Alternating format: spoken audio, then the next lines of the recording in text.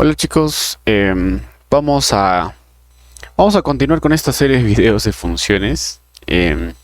Habíamos visto ya una gran parte, creo que pues hemos empezado definiendo una función, viendo funciones como la función cuadrática, la de valor absoluto, ¿no? La lineal, la de raíz cuadrado.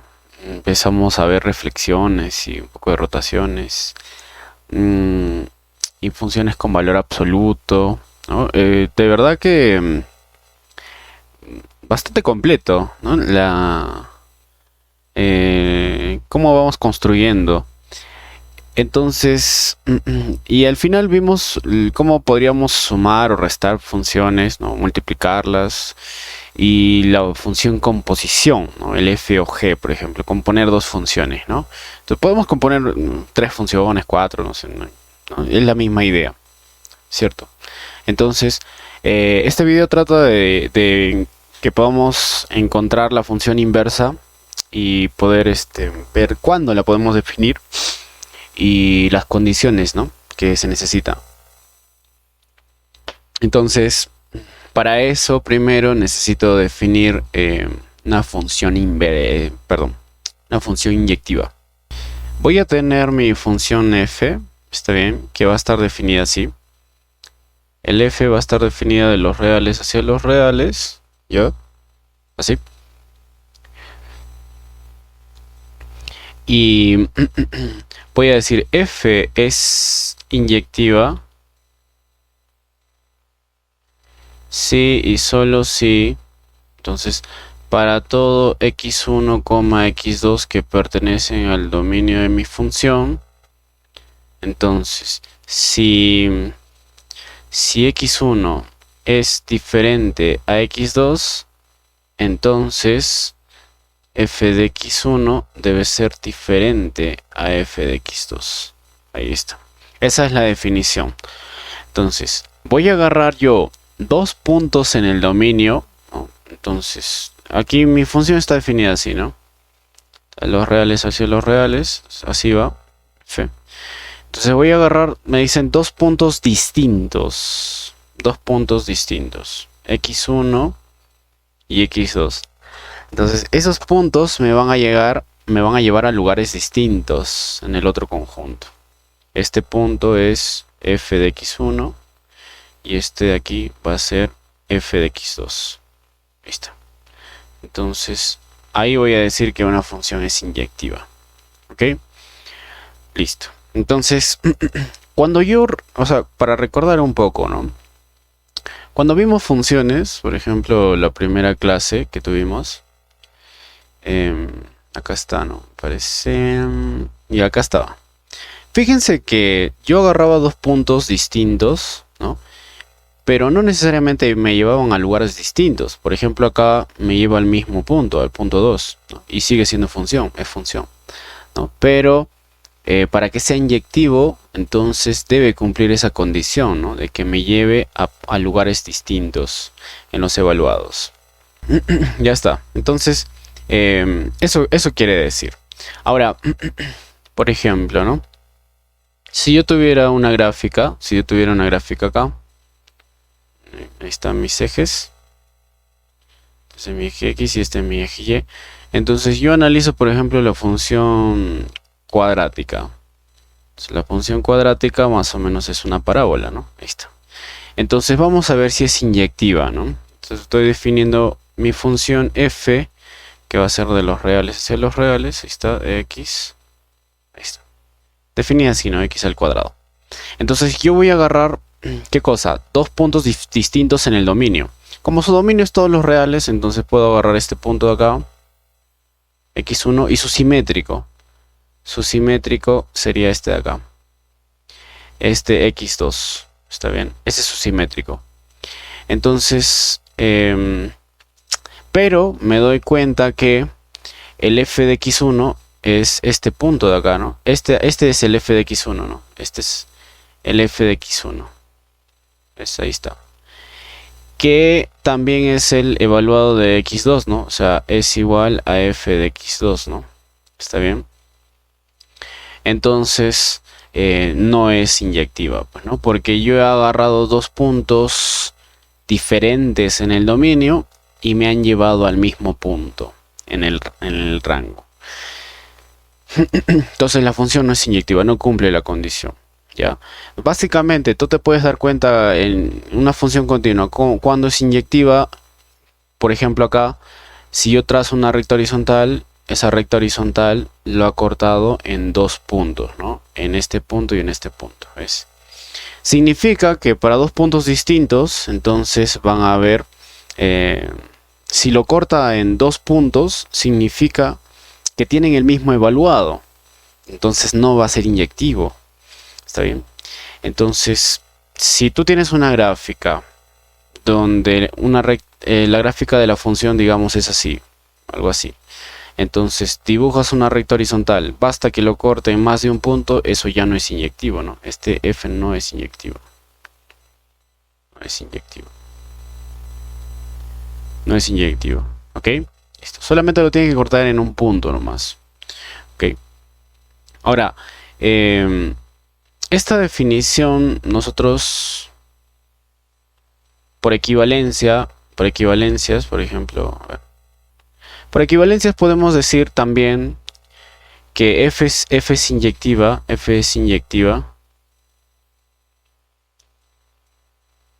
si solo si está bien para todo x1 y x2 en el dominio, si negamos la consecuencia, o sea, si f de x1 es igual a f de x2, entonces deducimos que obligatoriamente x1 debe ser x2. Ahí está, ¿no? Y aquí me estoy apoyando de una equivalencia lógica que me dice que no, P entonces Q es equivalente a negación de Q, entonces negación de P, ¿no? La contrarrecíproca, ¿no?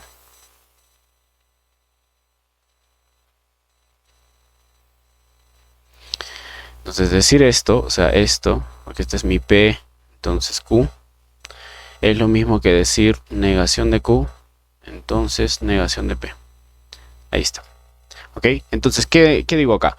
Que estoy agarrando dos puntos iguales, o sea, dos evaluados iguales, entonces significa que han salido del mismo punto, ¿no? Significa que han salido del mismo punto. Eso es para que sea inyectivo. ¿Está bien? ¿Sí? Entonces, por ejemplo, volviendo a nuestra función, ¿no? Si yo restringo el dominio, o sea, por ejemplo, voy a crear una función normal f, pero el dominio ahora va a ser desde 0 hasta más infinito, ahí está, hacia los reales. Y lo voy a definir igual, ¿no? Como f de x igual a x al cuadrado. Entonces, ¿cómo es esta gráfica? ¿No? ¿Cómo es esta función, no? Esta función de aquí sería más o menos así, ¿no? X y y. Y entonces ya no va a ser así, porque ahí ya estaría definido para todos los reales, ¿no? Sino que va a ser solamente, me quedo con ¿quién? Me quedo solamente, acá borro, porque no está definido para menos infinito hasta negativos. Entonces es acá, ahí. Ya, esa es mi función x al cuadrado, igualita, pero de 0 más infinito. Ahora, ¿esta función es inyectiva? Efectivamente es inyectiva, ¿no? Porque cualquier recta horizontal lo va a cortar solamente en un punto como máximo, ¿no? ¿Está bien? Y si nosotros en consecuencia, también podríamos decir así, ¿no? Tomamos dos puntos diferentes y me van a llevar a puntos diferentes, ¿no? En el evaluado. ¿Está bien? Sí. Entonces, así que quede claro cómo es una función inyectiva, ¿no? Pero veamos o sea, cómo podríamos aplicarlo, ¿no? Por ejemplo, acá te dicen, si la siguiente función es inyectiva, a más b, me dicen, ¿no? Bueno, entonces, acá por ejemplo podemos utilizar la segunda definición, ¿no? Si f es inyectiva, entonces es x1, x2 en el dominio, ¿no? Ya. Si yo veo que f de x1 es igual a f de x2, ahí está. ¿Dónde lo tengo? Justo acá, ¿ves? ¿Dónde tienen segundas componentes iguales? Segundas componentes iguales acá. Entonces, ¿qué debo deducir? Que las primeras componentes deben ser iguales. O sea, la primera componente, o sea, a más 1 debe ser igual a 3. Debe ser igual a 3. Significa que a vale 2. Ahí está. A vale 2. Ok, acá la misma definición, ¿no? Si las segundas componentes son iguales, entonces las primeras deben ser iguales. Significa que aquí 4 debe ser igual a b menos 1, entonces b vale 5. Listo. Entonces a más b es 7, ¿no? Listo. A más b 7. Bueno, esa es la idea. Ya, esa es la idea. Entonces, ya tenemos más o menos la idea de una función inyectiva, ¿no? Si yo quisiera demostrar, por ejemplo, a ver, imaginemos, ¿no? Voy a tener mi función f de x, que es igual a 2x más 3, ahí está. Entonces, mi f está definida así, de todos los reales o los reales. ¿F es inyectiva? ¿F es inyectiva? Esa es la gran pregunta, ¿no? Para demostrar inyectividad tendrías que partir de la definición, ¿no? Sea x1, x2 que pertenecen al dominio, en este caso los reales. Entonces, si x1 es diferente de x2, entonces el doble multiplicando por 2 a cada uno también siguen siendo distintos, ¿no?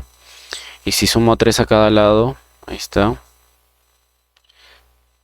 sumo 3, entonces siguen siendo distintos. Pero esto es f de x1 distinto a f de x2, ¿no? Y aquí he probado que efectivamente sí es inyectiva, ¿no? F es inyectiva. F es inyectiva para este dominio.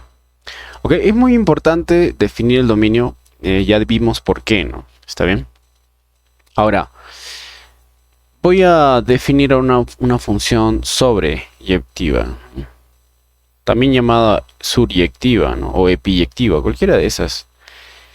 Entonces, función, ya, voy a tener mi función f definida aquí, ¿no? ¿Sí?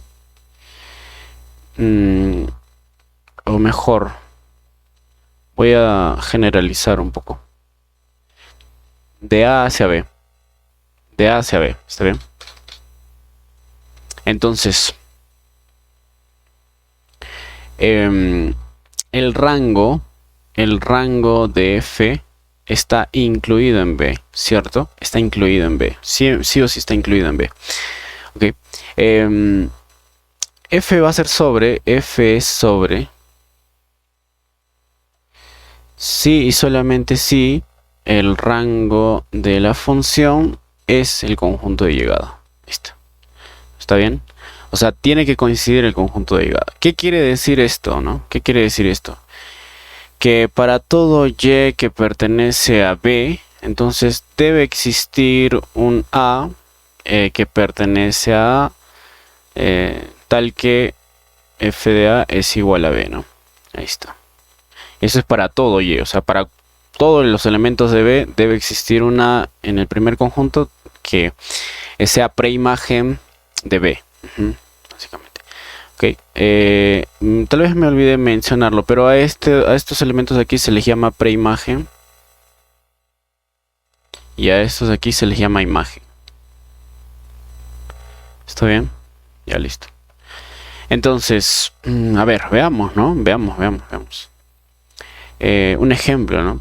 Digamos que yo defino mi función que va a estar de 0 a 2 abierto y aquí voy a colocar de 2 a 4 cerrado. Y mi función f de x va a ser x más 2. Ahí está. ¿Ok? Listo. Entonces, la función será sobre, vamos a analizar. El dominio de mi función, el dominio es cerrado en 0 y abierto en 2. Lo que me quiere decir es que x es mayor o igual a 0, pero menor que 2. Cualquier x que está aquí. Ahora vamos a sumarle 2 a cada lado. Entonces sería 2x más 2 y aquí sería 4. Entonces esto es mi f de x, ¿no? El f de x es mayor o igual a 2, pero menor que 4. ¿Qué quiero decir? Que el f de x pertenece al intervalo cerrado en 2, abierto en 4. En otras palabras, este de aquí este intervalo es el rango de mi función, ¿no? Cerrado en 2 y abierto en 4. Pero el rango no coincide con el conjunto de llegada, ¿no? Esto es diferente de este de aquí, ¿no? Conjunto de llegada. Significa que f no es sobreyectiva. ¿Está bien? F no es sobreyectiva. Así como yo lo definí, no es sobreyectiva. Pero claro, yo lo puedo volver sobre, sí, definitivamente sí. Porque si yo defino mi función f, así, de 0 a 2, y restringo el rango ahora va a ser así. No, restringo el conjunto de llegada, o sea, básicamente esto, ahí está. No, restringo el conjunto de llegada. Entonces, ahora sí, el rango va a coincidir con el conjunto de llegada. El rango va a ser así y eso es el conjunto de llegada, ¿no? Entonces f es sobre. Entonces aquí f es sobreyectiva. ¿Ok? Moraleja, ¿no?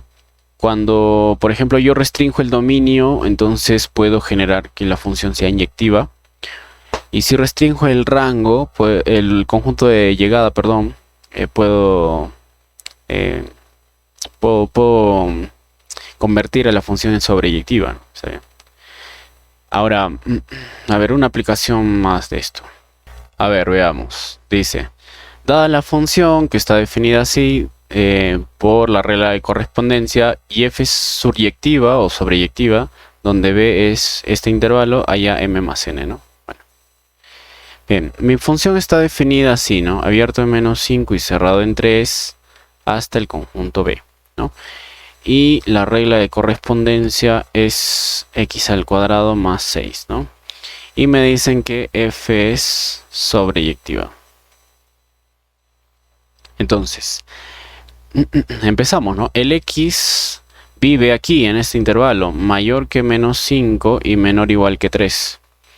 Ahora elevamos al cuadrado. Cuando yo tengo un negativo y un positivo, porque cuando este es nega y este aquí es posi, entonces al elevar al cuadrado, lo que se debe hacer es colocar mayor o igual a 0 aquí, ¿no? ¿Está bien? Mayor o igual a 0. Y aquí elegir el mayor de los cuadrados, ¿no? Al elevar al cuadrado este se vuelve 25 y este se vuelve 9. ¿Quién es el mayor? 25. Entonces tendrá que ir 25 acá. Y viene con su desigualdad. Al elegir el 25 viene del menos 5 y el menos 5 es una desigualdad estricta. Así que será estricto acá también.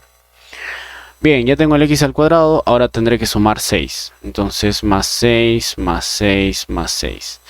Significa que esto es 6, esto es x al cuadrado más 6 y esto es 31. Pero esto es mi f de x, ¿no? Mayor o igual a 6, pero menor que 31.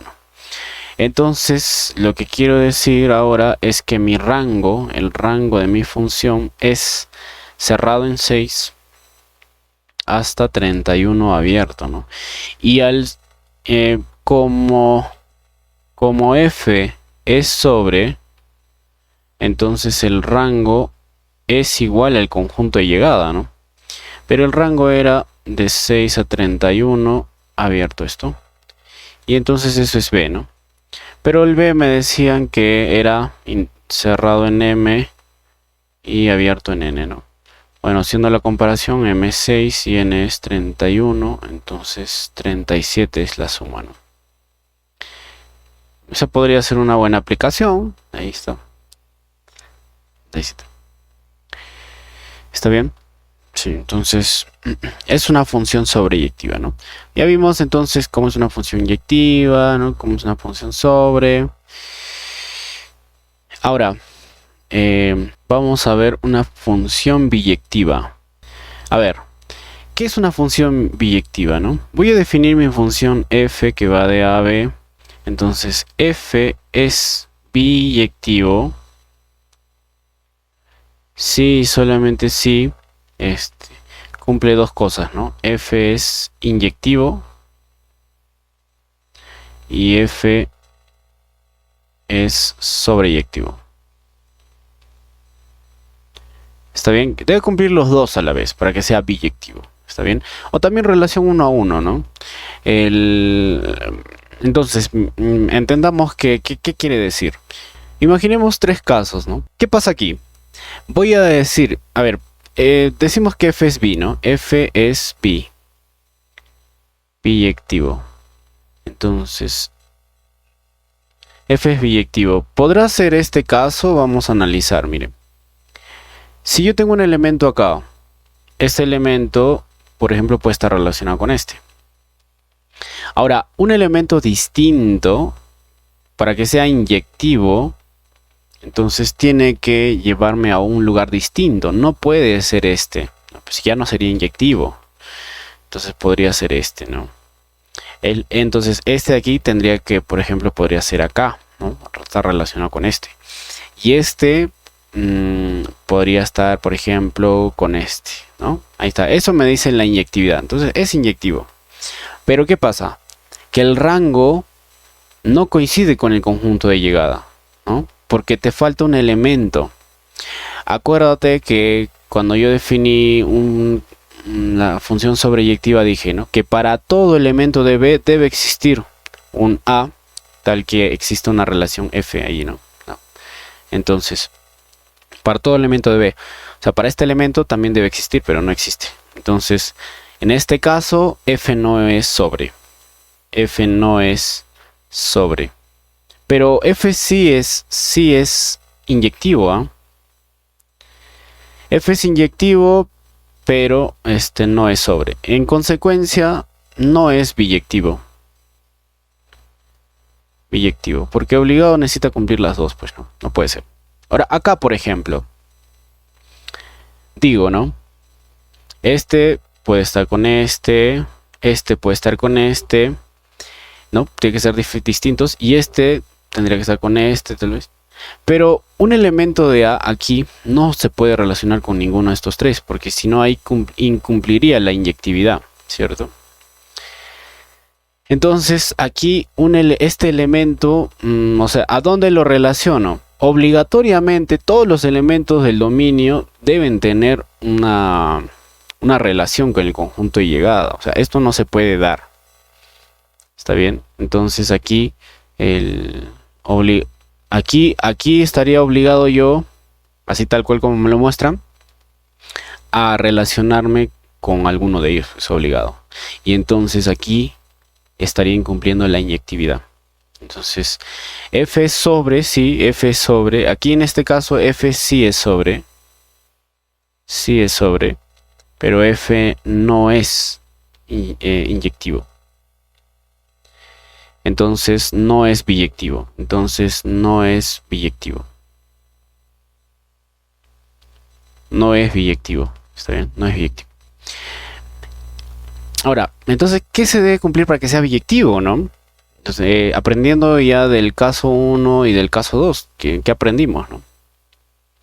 Del caso 1 aprendí que el conjunto B, ¿ves? Acá en este caso la cantidad de elementos del conjunto B era mayor que la cantidad de elementos del conjunto A. Listo. Aquí, por ejemplo, la cantidad de elementos del conjunto A es mayor que la cantidad de elementos del conjunto B. Entonces, el tercer caso que me queda es que la cantidad de elementos de A sea igual a la cantidad de elementos de B. ¿No? Entonces, si tiene 4, aquí 3, 4.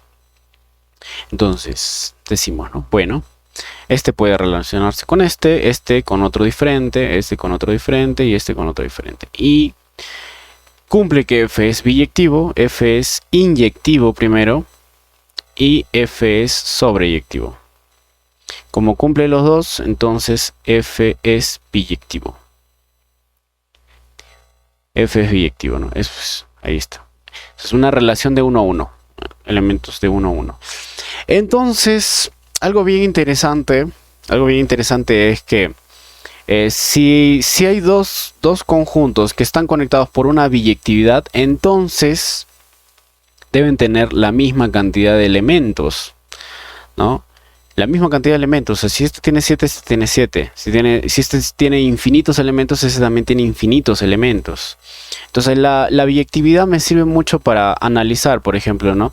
Si yo tengo dos conjuntos y yo conozco este conjunto A, lo conozco muy bien, lo he estudiado, y yo puedo encontrar una función biyectiva que conecte con un conjunto B que no lo conozco tan bien, entonces las propiedades de este se replican en este, ¿no? Justamente por la biyectividad.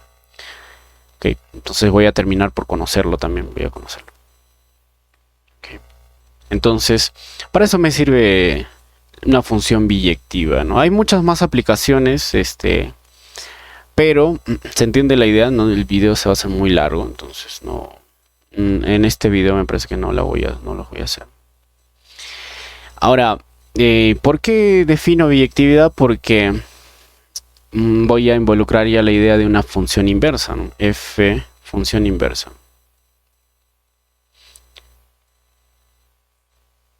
Función inversa, ¿no? ¿Cómo es una función inversa, no? Entonces, yo voy a definir mi función f, que va así del conjunto A al conjunto B. ¿Está bien? De x a f de x. Y entonces debe existir, si f es biyectivo, entonces, volviendo a nuestra representación de A a B, ¿no? Entonces, ¿qué se cumple? A ver, voy a poner acá así, 1, 2, 3, 4. Esto se cumple, ¿no? Así lo voy a hacer por simplicidad. Esto se cumple. Ahí está. F. Entonces, en vista de esto, yo puedo definir con los mismos conjuntos que yo tengo y con los mismos elementos, 1, 2, 3, una función que ya no vaya de A a B, sino que vaya de B a A. Y le voy a poner f asterisco, es otra función. ¿Está bien? Entonces, a ver, ¿qué es lo que hace f asterisco? Va a hacer lo contrario que hacía f, ¿no? O sea, ahí está. Ahí está. Hace lo contrario. ¿Ok? Porque, pues, yo sé que existe la A, existe el B, existe la relación, y entonces, al definir que es biyectivo, entonces puedo garantizar que va a existir esta función asterisco con las mismas condiciones que el f. ¿Ok? Entonces, pero además es algo bien interesante porque si yo digo, yo trato de componer f o f asterisco, ¿qué va a pasar? ¿No? Que de este punto x va a llegar a un punto y, ¿no? X1 llega a un y1 y ahora del y1 va a volver al x1, ¿no? Porque es ida y vuelta, digamos, ¿no? Entonces va a salir lo mismo, ¿no? O sea, en otras palabras, esta función de aquí es la función identidad. Una función que no hace nada, que te da lo mismo, ¿no? Entonces, a eso nosotros vamos a llamar una función inversa. Cuando f asterisco es inversa de f, ¿no? Si el f asterisco va a estar definido de B a A, el f o f asterisco es igual a f asterisco o f, y eso te va a dar la identidad, ¿no? Ahí está. Te va a dar la identidad. ¿Ok? Y entonces, en consecuencia, podemos decir que el dominio de mi función normal es el rango de mi función inversa, ¿no? Ok, mejor lo voy a poner al revés. Entonces, el dominio de mi función inversa es el rango de mi función normal, porque como está construido, ¿no? Como está construido, ¿no? ¿Quién es el dominio de mi función f asterisco? Aquí está, ¿cierto? El dominio, que era el rango en mi función normal, ¿no? ¿Está bien? Y este sería el rango, ¿no? Que era el dominio de mi función normal, ¿no? Entonces es eso. El rango de mi función f asterisco es el dominio de mi función. Listo. ¿Ok? Entonces, eso es una función inversa, ¿no? Básicamente es eso nada más. Aplicaciones varias. Por ejemplo, vamos a ver. A ver, por ejemplo, determine la inversa de la función, ¿no? Ahí está. Esta es mi función f. Esta es mi función f. A ver, el 3 está con el 6. El 3 tiene que estar con el 6. O sea, esto es 6. Por definición de función, ¿no? Eso dijimos, ¿no? Entonces a menos 4 debe ser 6, así que a vale 10. Ahí está. O sea que esto es 10. Esto es 10, ¿ok? Entonces, si mi función f es así, mi función f asterisco, o sea, la inversa será invirtiendo el orden de los pares ordenados, ¿no? 6,3, 4,2, 6,3, 10,5. Esto se repite, así que ya no lo pongo y sería eso, ¿no? 6, 3, 4, 2, 10, 5, ¿no? Esa sería la respuesta. Ok, esa es mi función inversa para funciones discretas. Ahora, si tuviéramos una función continua, a ver, por ejemplo esta. Tienes esa función, definida esto, determina la inversa de la función, ¿no? Bueno, mi función es así. X menos 4 más 2. Bien. Entonces, a ver, analizando el dominio de mi función, será esto tiene que ser mayor o igual a 0, ¿no? Esto de aquí, ¿no? O sea que x es mayor o igual a 4. Significa que es de 4 hasta más infinito. Ese es el dominio, ¿cierto? Ese es el dominio. Y entonces eso debe ser el rango de mi función f asterisco. Ese es el rango de mi función inversa. ¿Ok? Ahora, ¿qué también podríamos decir? Que yo podría graficar esto, ¿no? Porque podemos graficarlo. Es una traslación horizontal en 4 y ha subido 2. O sea, tendría que ser así, ¿no? Tendría que ser así. Así tendría que ser. ¿Sí? Listo. Entonces, ¿cuál es el rango? El rango de la función, te puedes dar cuenta acá, que es todo esto, ¿no? Es todo esto de acá. Entonces, el rango de mi función será desde 2 hasta más infinito, ¿cierto? Y eso es el dominio de mi función f inversa. Listo. Entonces, ya definiendo el dominio y el rango, ahí está. Voy a calcular la función inversa, ¿no? ¿Ok? Entonces tengo mi función f.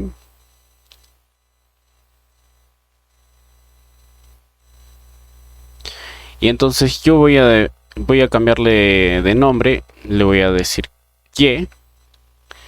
Y ahora vamos a despejar x. Entonces este pasa a restar. Y menos 2. Elevamos al cuadrado. Y esto se suma 4. Entonces, x va a ser igual a y menos 2 al cuadrado más 4, ¿cierto? Ahí está. Y ahora, esta va a ser mi variable, ¿no? Esta es mi variable. Voy a ponerle... En realidad tú le puedes poner cualquier nombre, ¿no? Le vamos a cambiar de nombre. Este va a ser x y este va a ser el evaluado, ¿no? O sea, el f asterisco de x. Y entonces sería esto, ¿no? Ahí está. Entonces para definir mi función inversa diría, ¿no? Bueno, el f asterisco está definido de... El dominio, ¿quién es de mi f asterisco? Ahí está. De 2 hasta más infinito. Es de 2 a más infinito. Hasta... ¿cuál es el rango? De 4 a más infinito. ¿Y cuál es mi... vamos a ver. X a f asterisco de x es x menos 2 al cuadrado más 4, ¿no? Ahí está. Grafiquemos, por favor, esa función. Grafiquemos esa función. Entonces, si nosotros graficamos, se ha trasladado a 2. Ha subido 4. Ahí está. Y es una parábola. O sea, tendría que ser así, ¿no? Ahí está. Pero, ¿dónde está definido? ¿Dónde está definido? De 2 a más infinito. O sea, esta parte no la tengo que dibujar. Queda claro eso, ¿no? Entonces, tendrá que ser esta parte. Ya no está definida. Ya, es esta de aquí nomás. Entonces, ya lo graficamos, ¿no? Tenemos la gráfica. Este es el eje X y el eje Y, ¿no? Eje X y el eje Y. Listo. Ok. Ahora, algo bien interesante, ¿no? Si yo tenía mi función f, voy a recapitular un poco, de la raíz cuadrada de x menos 4 más 2, ¿no? Está bien. Y descubrí que mi función inversa de x es x menos 2 al cuadrado, x menos 2 al cuadrado más 4, ¿cierto? Más 4, listo. Voy a dibujar ambas funciones en un mismo eje coordenado, ¿no? Tengo mi eje X y este es mi eje Y. A ver, el punto 2, se ha movido a 4, entonces el 4 estará por acá, digamos. Y ha subido 2, o sea, estará por acá el 2, ¿no? Listo. Aquí. Y la gráfica, ¿cómo es? Es una raíz cuadrada, ¿no? Será así, por ejemplo. Y ahora mi función inversa era, se ha movido a 2, o sea, a 2 aquí. Y ha subido 4, ¿no? Ha subido 4. Aquí está. Entonces sería así más o menos, ¿no? Así, bien. Y la parábola tenía que ser así, así. Pero, como solamente dibujo de 2 para adelante, entonces tendría que ser así, ¿no? Así. Esa era mi función f asterisco. Y esta era mi función f normal. Entonces, algo bien interesante es que si yo trazo aquí la diagonal entre este primer cuadrante, o sea, la función identidad. Vamos a poner la función identidad. Es esta. Entonces, esa función identidad es un eje de simetría. Ahí está. Listo. Esta es mi función identidad, ¿no? La función identidad. O sea, y de x es x, ¿no? Ahí está. Ok. Entonces, es simétrica con respecto a la identidad. Si yo tengo mi función f y quiero dibujar la función inversa, entonces trazo la identidad y lo reflejo, ¿no? Con respecto a este eje de simetría. ¿Ok? Entonces es bastante interesante. Aplicaciones de la función inversa. A ver, vamos a ver.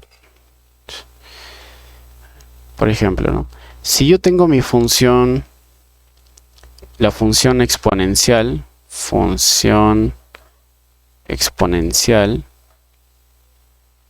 ¿está bien? La función exponencial es así, ¿eh?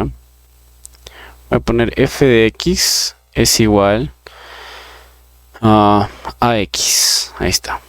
A x. Donde el a puede ser. El a puede estar entre 0 y 1 o puede ser mayor que 1. ¿Está bien? Ahí está. Si voy a hacer este caso primero, si a es mayor que 1, ¿no? Ejemplo, ¿no? Digamos que f de x igual a 2 a la x. Entonces, ¿cómo es esa función, no? Esta función sería más o menos así, miren. Yo voy a tener mis ejes. ¿Listo? Cuanto más grande se haga el exponente, más grande se hace esa función. O sea, es una función creciente. Cuando x vale 0, 2 a la 0 es 1. O sea, tiene que cortar en 1, ¿cierto? O sea, va a cortar acá en 1, ¿no? En 1. Cuando x es negativo, entonces esta función se hace más chiquita, ¿no? Si es de 1 para adelante, la función es así. Es así. Pero si x es negativo, por ejemplo 2 a la menos 3, ¿eso cuánto es? Eso es 1 entre 2 al cubo, y eso es 1/8. Entonces será muy cercano a 0, ¿no? Entonces, básicamente la función sigue siendo así. Si x vale menos 100, entonces será 1 entre 2 a la 100. Ojo, que sigue siendo positivo, ¿eh? Pero esto es 0,000 y algo más, ¿no? 1, digamos. Pero es un poquito más que 0. Entonces, cuando te vas a más infinito, al menos infinito, entonces la función se acerca al 0. Entonces, ya interpretando todas esas ideas que tenemos, ¿no? Ya la gráfica sería así, ¿no? La gráfica sería así.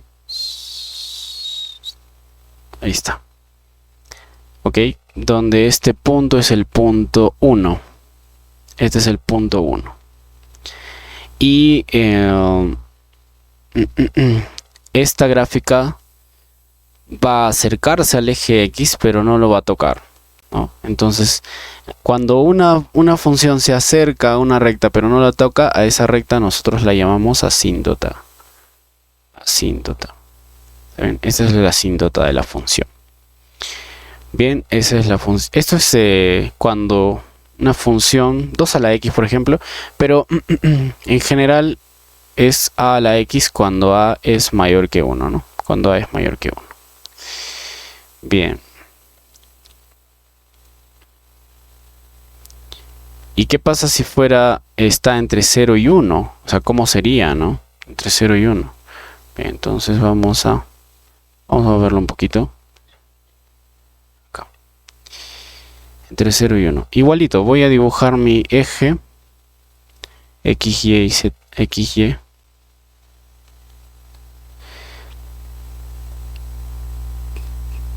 Aquí. Si el A está entre 0 y 1, por ejemplo, un medio, ¿cómo sería f de x? F de x igual a un medio a la x, ¿no? Entonces, si x es positivo, este número se hace más chiquito. ¿Por qué? Porque un medio a la cuarta será 1 entre 2 a la cuarta, o sea, 1 entre 16. Un medio a la quinta, eso es 1 entre 2 a la quinta, o sea, 1 entre 32. O sea, cada vez se hace más chiquito, ¿no? O sea que va a ser decreciente. Y cuando x es negativo, esa función se hace más grande. Mientras más negativo, más grande. Porque un medio elevado a la menos 2 es 2 a la 2, o sea 4. Y un medio elevado a la menos 10 es 2 a la 10, o sea 1024. Cada vez que el exponente se hace más negativo, la función se hace más grande. Entonces, básicamente ya me doy una idea de cómo debe ser, ¿cierto? Así debe ser. Así es. Que esa función se acerca, pero no lo toca al eje X, ¿no? También es asíntota. ¿Ok? ¿Por qué? Porque jamás va a ser 0. Independientemente cuán grande va a ser el X, no va a ser 0. O sea, un medio elevado a la 1.000.000 va a ser 0,000 y algo más. No va a ser 0. Entonces es por eso que siempre va a ser positivo eso. Bien. Ahora, ¿en dónde corta el eje Y? Cuando x vale 0, o sea, 1 a este punto, ¿no? Este punto es 1. Ese punto es 1. Listo, ahí está. Bien, ¿se ha entendido? ¿Sí? Ok.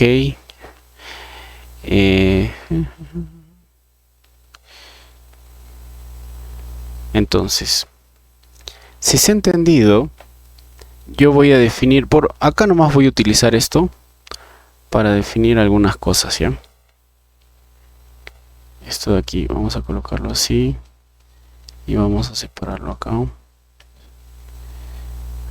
está, listo. Bien, le decía, ¿no? Esta es la función exponencial. Esa es la función exponencial. Esa es la función exponencial. Listo. La función logarítmica, ya. Para estas, ¿no? ¿Cuál es el dominio? El dominio de mi función es todos los reales, y el rango de mi función será cerrado en 0 hasta más infinito, ¿cierto? Ahí está. Lo mismo acá, ¿no? El dominio es todos los reales y el rango es desde 0 hasta más infinito, ¿no? Pero ojo, no puede ser 0, así que tiene que ser abierto. No puede ser 0, pues, ¿no? Entonces es abierto. Abierto, ¿ya? Tengámoslo en cuenta, por favor. Ahora, la función logarítmica, función logaritmo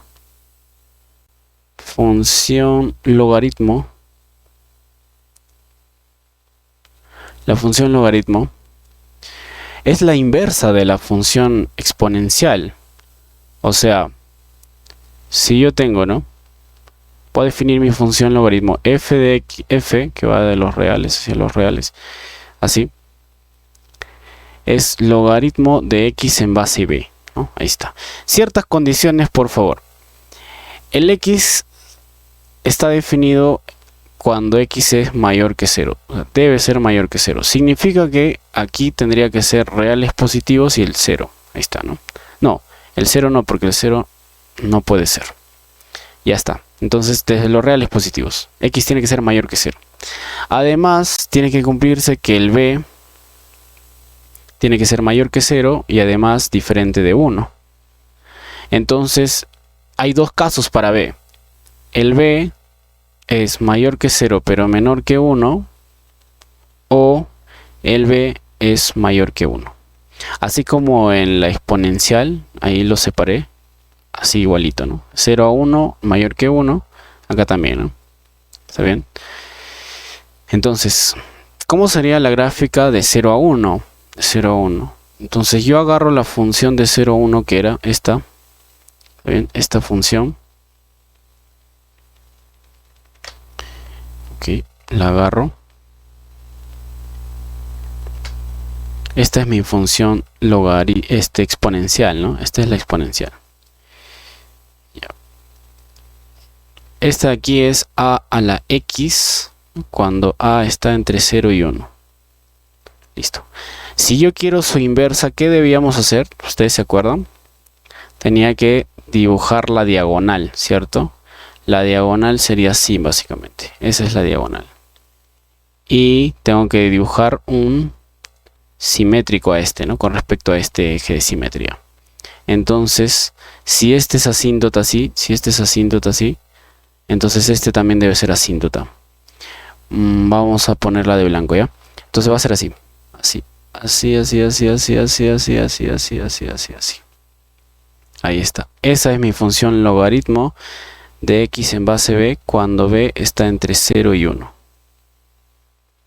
¿Está bien? Esa es mi función logaritmo. Listo. Ahora, si b es mayor que 1, ya hicimos esta. Ahora, si b es mayor que 1, entonces parto de acá, donde a era mayor que 1, ¿no? Entonces dibujemos. Ya, esta es mi función f de x, ¿no? Ahí está. Esta es mi función f de x. ¿Cómo sería el logaritmo?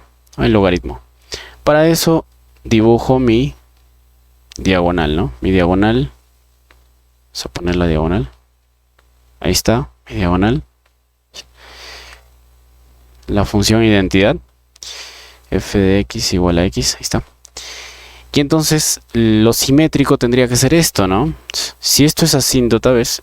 Aquí va a ser asíntota, o sea, va a ser así básicamente. Este es mi eje y. Ya. Entonces sería así. Así sería. ¿Está bien? Así sería. Y este punto de acá es el punto 1 también, ¿no? Por simetría, ¿no? Por simetría. En este caso también por simetría, bueno, estos se han cortado en este punto, ¿no? Este punto sería 1, ¿no? Este punto sería 1. Listo. Ok, ahí está. Y su asíntota, el logaritmo tiene una asíntota también, ¿no? La asíntota del logaritmo es el eje y, o sea, es cuando x vale 0. Esta recta, x igual a 0, es el eje y, ¿no? Así se le llama. Aquí también, este es asíntota, ¿no? X igual a 0. Este es asíntota. Esta es la asíntota. Entonces, ya definí mi función logaritmo de x en base b cuando b es mayor que 1. Ahí está.